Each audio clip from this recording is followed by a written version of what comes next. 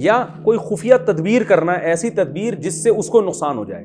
تو اس خفیہ تدبیر کو میں کہنا تو چاہیے تھا خفیہ تدبیر، لیکن میں خفیہ تدبیر کے بجائے دھوکے کا لفظ اس لیے استعمال کر رہا ہوں کہ وہ میرے لیے کیا لفظ استعمال کر رہا ہے؟ دھوکے کا. تو مشاکلت کا معنی ہوتا ہے اسی جیسا کلام استعمال کرنا جبکہ حقیقت میں وہ معنی مراد نہ ہو.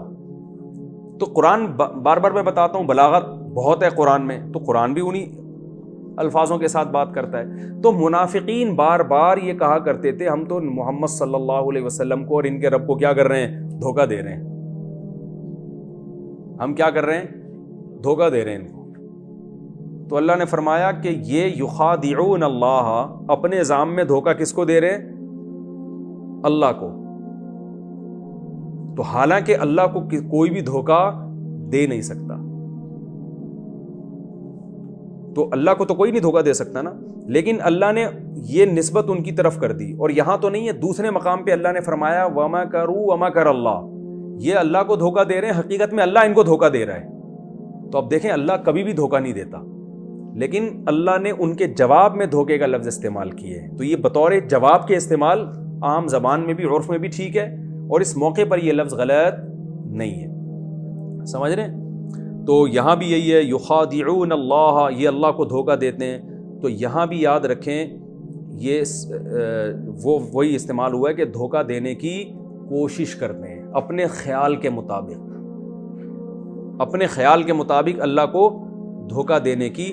چاہیے صنعت مشاکلت یہاں استعمال نہیں ہوئی ہے، یہاں صنعت مشاکلت وہ وَمَكَرُوا وَمَكَرَ اللَّهُ میں استعمال ہوئی. یہ مکر کر رہے ہیں، اللہ بھی مکر کر رہا ہے. تو وہاں یہاں صنعت مشاکلت جو میں نے بھی بتایا نا، اس کا اس سے کوئی تعلق نہیں ہے.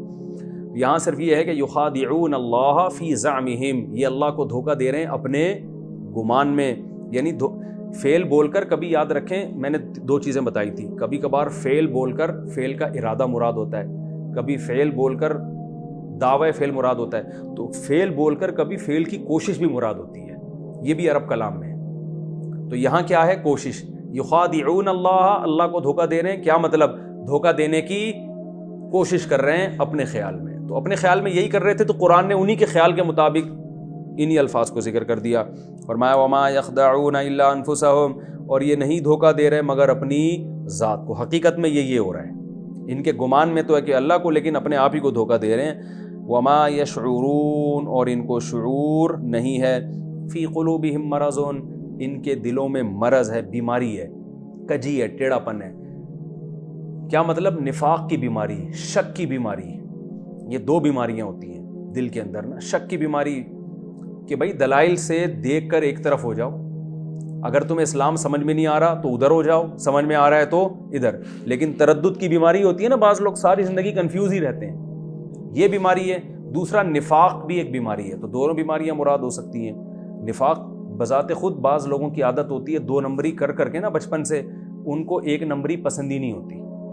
بلکہ میں تو ایسے لوگوں کو بھی جانتا ہوں کہ دو نمبری میں ان کو کوئی فائدہ بھی نہیں ہو رہا ہوتا، پھر بھی دو نمبری کر رہے ہوتے ہیں وہ، اس لیے کہ ان کے مزاج میں گھٹی میں دو نمبری داخل ہو چکی ہوتی ہے. ان کو سچ بولا ہی، میں نے تو اپنی زندگی میں دیکھے، سچ بولا ہی نہیں جاتا ان سے.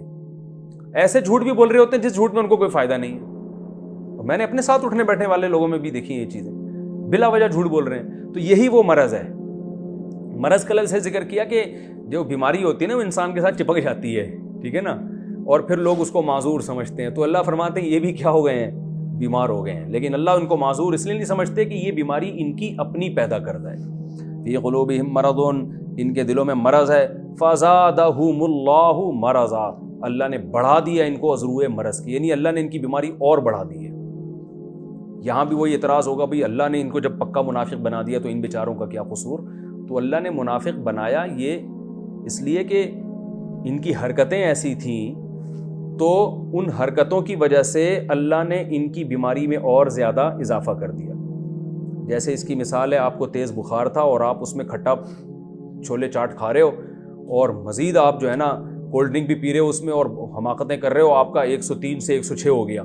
تو کیا تو اللہ نہیں ہے، لیکن اس میں اللہ کا قصور ہے نہیں. تو یہاں بھی نفاق کا مرض بڑھاتا اللہ ہی ہے، خالق چونکہ ہر چیز کا اللہ ہے، لیکن اس میں قصور کس کا ہے؟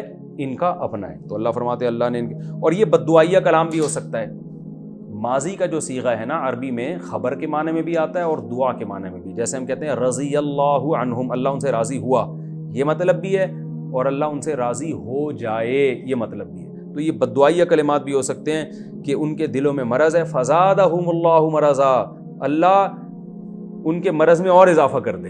یعنی اللہ خود اپنے آپ سے کہہ رہا ہے کہ میں ایسا ہو جائے کہ ان کا مرض اور زیادہ بڑھ جائے. وَلَهُمْ عَذَابٌ أَلِيمٌ, اور ان کے لیے عذاب ہے علم والا, دردناک. کافر کے لیے عظیم عذاب اور ان کے لیے دردناک, یہ زیادہ سخت عذاب ہے.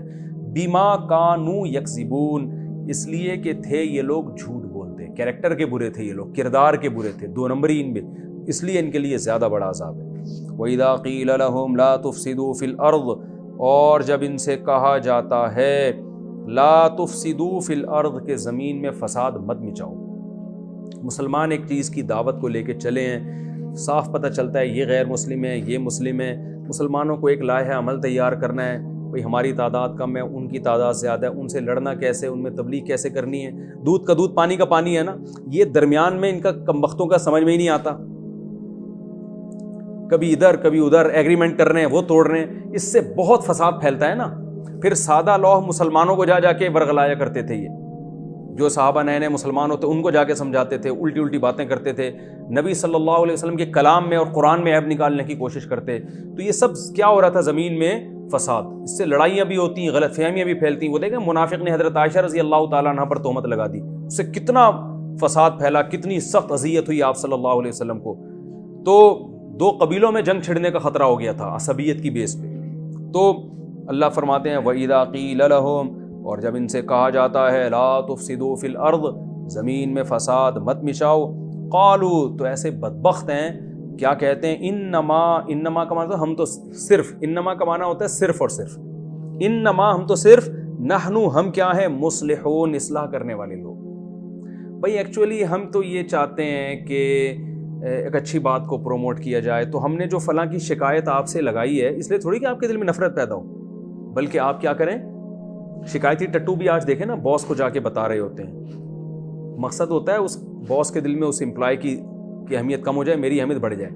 تو جب لوگ کہتے ہیں تو کیا شکایتی ٹٹو بنا ہوا ہے, کہہ رہے ایکچولی میں چاہتا ہوں کمپنی کا سسٹم کیا ہو جائے, اچھا ہو جائے, کوئی باس کو دھوکہ نہ دے سکے اور سب آپس میں محبت ہو. یہ برے لوگ جو ادھر ادھر کر, تو وہ اصلاح نہیں ہو رہی ہوتی معاشرے میں, اور کیا ہو رہا ہوتا ہے, فساد. لیبل اصلاح کا ہوتا ہے, کام سارے گھروں میں بھی یہی ہو رہا ہوتا ہے. بہو ساس کی شکایت لگا رہی ہوتی ہے اپنے میاں کو, اور جب میاں کو تب جاتا ہے نا ایک دم اس کا بی پی ہائی ہوتا ہے کہ میں تو ایکچولی چاہ رہی تھی کہ ایک آپ کو ابھی سے پتا ہو تاکہ کوئی آپ اپنی والدہ کی اصلاح کی کوشش کریں, بلا وجہ جہنم میں نہ چلی جائے کہیں وہ. تو یہ سارے الٹے الٹے کام گھروں میں ہو رہے ہوتے ہیں, تو ہر فساد ہی ہے. تو اللہ نے فرمایا, بس یہ جلدی سے مکمل کر رہا ہوں, اذا قیل لهم لا تفسدوا فی الارض, جب ان سے کہا جاتا ہے زمین میں فساد مت مچاؤ, قالوا انما نحن مصلحون, ہم تو اصلاح کرنے والے ہیں, الا خبردار انہم هم المفسدون, یہی لوگ ہیں فساد مچانے والے. اتنا کافر سے نہیں ہو رہا فساد جتنا ان لوگوں سے ہو رہا ہے جو اصلاح کا لیول لگا کے کام کر رہے ہیں, اور آج بھی ایسا ہی ہے. ولکن لا یشعرون, لیکن ان کو شعور نہیں ہے کہ کر کیا رہے ہیں. اللہ تعالیٰ سمجھنے کی عمل کی توفیق عطا فرمائے.